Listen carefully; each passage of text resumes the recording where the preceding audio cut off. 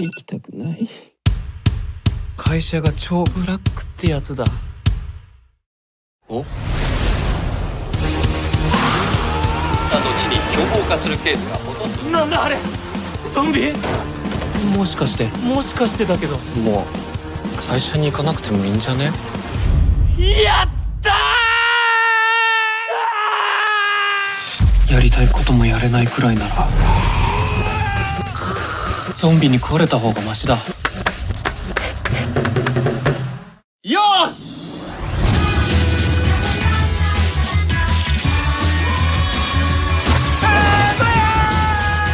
お前さ、これってナイスアイデアすぎんだろ。最高！